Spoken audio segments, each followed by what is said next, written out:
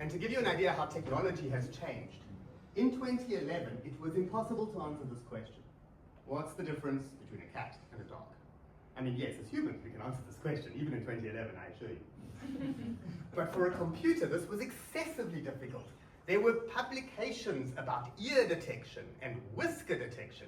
There was serious research being done into fur quality. This was a thing. In order for an image model to be able to tell the difference between these two things, people were doing hand-coded feature engineering. And unfortunately, it was looking bleak. In 2011, there was a rather scathing paper titled "The Truth About Cats and Dogs." And it was very serious research, and it basically said, all of these people who tell you they can tell the difference between cats and dogs, they can't.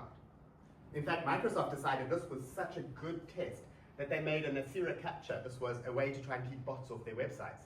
And it just had you click the cat. That was the exercise.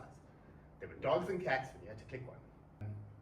So we were pretty sure in 2011 this was a hard problem, and if we were going to solve something like this for people and replace the cats and dogs with, you know, bottles and cogs in a factory, and you've got a problem that industry cares about, it was hard.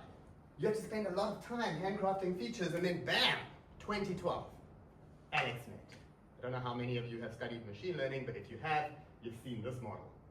This was the first really successful convolutional neural network. It was a combination of a lot of compute being available, which for today is as much compute as you have on your phone being available, a lot of data being available, the ImageNet dataset, which was great. And if I impart one piece of advice to you right now, it's if you own, create, or curate a dataset, you are immune to the coming wave of AI because they need that data. So if you're aiming at your reference.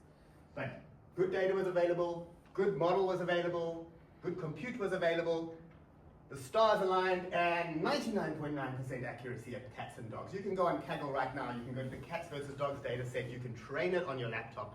It'll take like 20 seconds to train, and you'll have a perfect cat versus dog classifier. Well done. You are now in possession of a piece of code that can do something that no one could do in the entire world in 2011.